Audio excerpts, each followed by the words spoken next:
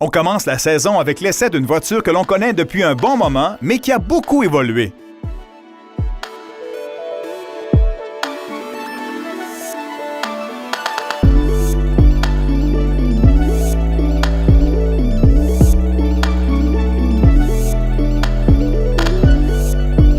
Aujourd'hui, je vous fais monter à bord de mon autobus hybride, le Santa Fe 2024 de Hyundai.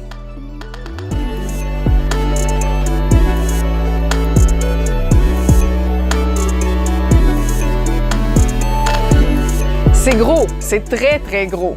C'est 7 passagers, mais ce que j'aime, c'est que contrairement à d'autres véhicules qui se vantent d'être 7 passagers, mais qui en fin de compte offrent des bandes à poings en arrière, celui-là loge vraiment 7 personnes, 7 adultes même, et tout le monde a amplement d'espace, même les derniers en arrière, qui ont en plus leur propre ventilation. J'aime beaucoup le rangement de ce véhicule-là aussi. Il y a beaucoup de petits compartiments dissimulés un peu partout qui ont été super bien conçus. Et que dire du coffre qui est exceptionnel. Si on est en mode 5 passagers, l'espace qu'on a, c'est hallucinant. On peut tout ranger. Mais vous allez voir que même si on est en mode 7 passagers, l'espace qui nous reste dans le coffre est décent. Et surtout, étant donné que le véhicule est fait carré, il n'y a aucune perte d'espace. Alors, on peut vraiment ranger nos choses en hauteur. C'est impeccable.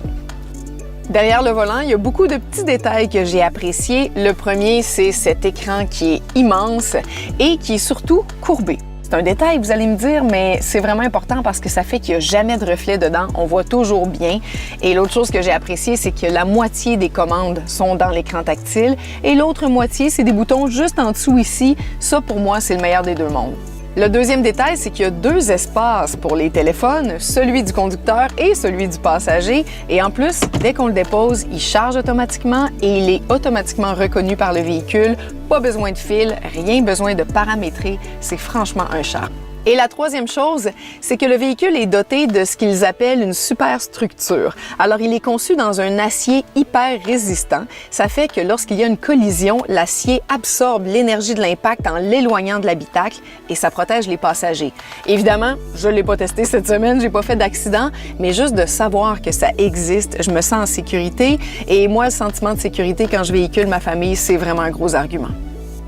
Côté consommation d'essence, alors c'est clair que jamais en 2024, je conduirais un véhicule aussi gros s'il était 100% à essence. Le fait qu'il soit hybride, ça pardonne un peu.